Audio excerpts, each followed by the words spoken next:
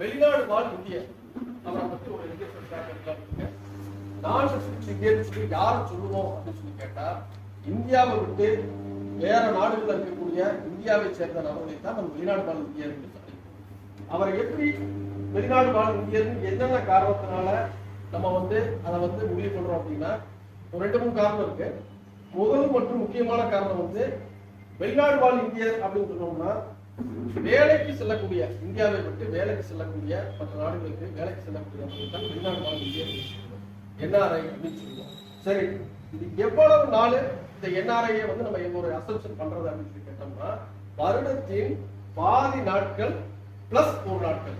வருடத்திற்கு 365 நாட்கள், அதுல பாதி 183 நாட்கள், கூடுதலாக ஒரு நாளை கூட்டுறோம் 184 நாட்கள். ஒரு வருடத்தில் ஒரு இந்தியர் வெளிநாடுகளிலே 184 நாட்கள் இருந்தார்கள் என்றால் அவரை வெளிநாடு வாழ் இந்தியர் என்று சொல்றோம். NRI.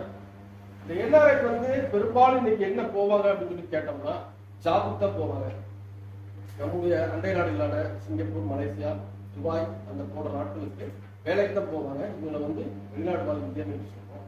சரி, இந்த வெளிநாடு வாழ் இந்தியருக்கும் என்னுடைய துறையான டாக்ஸேஷன் அதுக்கும் என்ன தொடர்பு என்ன அப்படிங்கிறது மட்டும் ஒரு சிம்பிளா சொல்லிடுறேன். காலம் பொறுப்புன்றதா இருக்கிறதுனால எவ்வளவு சாட்டம்.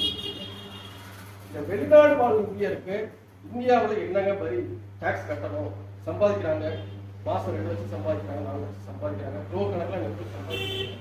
வெளிநாடு வாழ் இந்தியருக்கு என்ன டாக்ஸேஷன் அப்படின்னு கேட்டோம்னா, ஒரு தனிநபர் இந்தியாவிலிருந்து வெளிநாடு சென்று எவ்வளவு தொகை சம்பாதித்து இந்தியாவில் அனுப்பினாலும் அதற்கு வரி கிடையாது. இந்தியாவில் வரி கிடையாது. அதே இந்தியாவில் தனிநபர் ரூபாய் 5 லட்சத்துக்கு மேலே சம்பாதித்தால் அவருக்கு வரி. 5 லட்சம் ரூபாய் வரைக்கும் டாக்ஸ் இல்லை, 5 லட்சம் ரூபாய்க்கு மேலே போகும் டாக்ஸ் 10% டாக்ஸ். ஒரு 5,04,000 சம்பாதிக்கிறார் அப்படின்னா அவர் குறைஞ்சபட்சம் 12,500 12,700 வரைக்கும் டாக்ஸ். இதே ஒரு வெளிநாட்டில் போய் அவர் சம்பாதிச்சு எத்தனை லட்சங்கள் அனுப்புனாலும் அதுக்கு டாக்ஸ் கிடையாது. எப்படி டாக்ஸ் கிடையாது அப்படின்னு சொல்றோம் அப்படின்னா, வெளிநாட்டில் போய் சம்பாதிக்கிறார் அப்படின்னா அந்த நாட்டுக்கு ஒரு டாக்ஸ் இருக்கும். அந்த டாக்ஸை பிடிச்சிட்டு தான் நமக்கு தருவாங்க. ஒரு வெளிநாட்டில் போய் சம்பாதிக்கிறோம் அப்படின்னா அந்த நாட்டுக்கு ஒரு டாக்ஸ் இருக்கும். அந்த டாக்ஸை பிடிச்சிட்டு தான் நமக்கு தராங்க. உதாரணமாக யூஎஸ் எடுத்துக்கோங்க. உலகிலேயே பெரிய வல்லரசு நாடு US, United States of America. இந்த வெளிநாடுகளிலே யூஎஸ்ல போய் சம்பாதிக்கிறோம் அப்படின்னா அதற்கான வரி நம்ம கேட்டோம்னா, நம்ம நினைச்சிட்டு இருக்கோம் வெளிநாடு போய் சம்பாதிக்கிறது பண்றாரு நல்லா ஜாலியா இருக்கா நினைச்சிட்டு இருக்கோம். இதனுடைய வரி அளவை கேட்டோம்னா நமக்கு மயக்கம் வந்துடும். யூஎஸ்ஏ பொறுத்த வரைக்கும் வரி சதவீதம் 49. 49% வரியாக. 1 லட்சம் ரூபாய் சம்பாதிக்கிறோம்னா 49,000 டாக்ஸாவே போயிடும். மீதி 51,000 தான் கிடைக்கும். அதுக்கப்புறம் வாடகை, சாப்பாடு, கரண்ட் பில்லு அதெல்லாம் போனது போகிறது இந்தியாவுக்கு அனுப்பிச்சு. இதுதான் டாக்ஸேஷன் ஃபார் NRI, வெளிநாடு வாழ் இந்தியர்களுக்கான டாக்ஸேஷன். அப்ப எந்த நாடாவது சரி, ஒரு Doha, Qatar, Malaysia, Singapore, Dubai எந்த நாடா இருந்தாலும் அந்த நாட்டுக்கு ஒரு வரி இருக்கும். அந்த வரியை முடிச்சுட்டு தான் இந்தியாவுக்கு அனுப்புவாங்க. அப்ப இந்தியாவுக்கு இங்க கன்வெர்ட் பண்ணி அனுப்பும்போது என்ன மெத்தடில் அனுப்பணும் அப்படின்னா INR. இந்த INR என்னங்க, இந்தியன் ருபீஸ். அதுதான் INR. இப்ப சிங்கப்பூர் காசு எப்படி சொல்லுவோம், SGD, சிங்கப்பூர் டாலர், SGD சொல்லுவோம். மலேசியா காசு எப்படி சொல்லுவோம், MYR, மலேசியா ரிங்கிட் அப்படின்னு சொல்லுவோம்.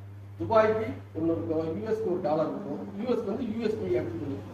அதெல்லாம் இங்க கன்வெர்ட் ஆகி வரும்போது INR இந்தியன் ருபீஸ் இப்ப இந்தியாவில் அந்த பணம் எப்படி கன்வெர்ட் ஆகி வரும்னு கேட்டீங்கன்னா, INR இந்தியன் ருபீஸ், INR ருபீஸ்ல நம்ம கன்வெர்ட் ஆகி வரும். ரைட். சரி, இப்ப வெளிநாட்டுல இருந்து சம்பாதிச்சு அனுப்புறாரு, அதுக்கு டாக்ஸ் கிடையாது. ரைட்.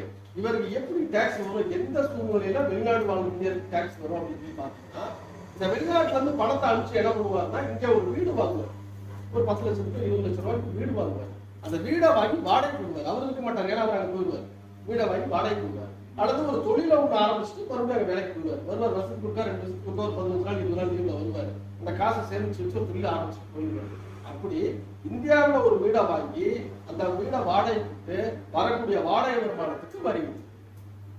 வெளிநாட்டிலிருந்து அனுப்பக்கூடிய துறைக்கு வரி கிடையாது.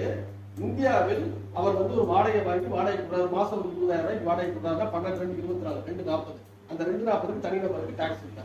சரி, ஒரு காலகட்டத்தில் இந்த வாடகை அதிகமாகி போய் ஒரு 5 லட்சம் ரூபாய்க்கு தாண்டும் அப்படின்னா அவரும் வரி.